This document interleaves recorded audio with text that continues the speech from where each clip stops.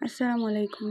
বাসায় কিছু মোম ছিল, এগুলো দিয়ে কিছু একটা করার জন্য আজকে এগুলোকে টুকরো টুকরো করে চুলায় দিছি। দেখা যাক কিছু একটা করা যায় কিনা। প্রথমে এগুলোকে গলিয়ে নিচ্ছি।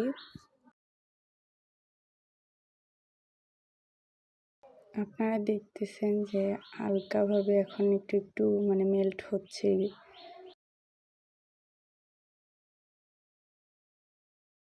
আমি এবার এই সুতোগুলো আলাদা করে নিচ্ছি।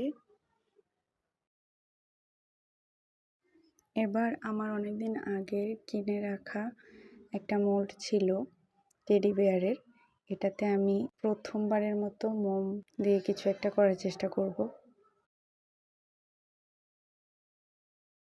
আস্তে আস্তে মোমগুলো ঢালছি, কিন্তু এইখানে আমি আর কি সুতাটা কিভাবে দিতে হয় এটা জানি না। দেখতেই পাচ্ছেন, আমি বুঝতেছি না এটা কি করে না করে, এটা বারবার আরো নরম হয়ে যাচ্ছিল।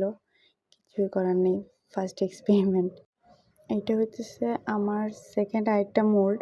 এটাতে ডলফিন, তারপরে জেলিফিশ, স্টারফিশ এইগুলার। এবার প্রায় 3-4 ঘন্টা পর এগুলো শুকায় গেছে।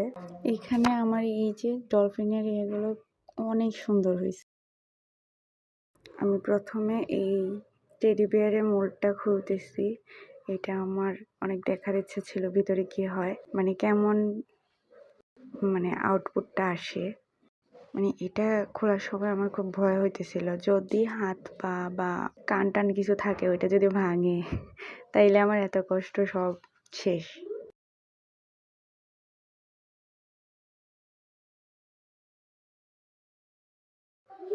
আপনারা দেখতেই পাচ্ছেন এত কিউট একটা টেডি বিয়ার, জাস্ট ওয়াও। অবশেষে এটা খুলতে পারছি।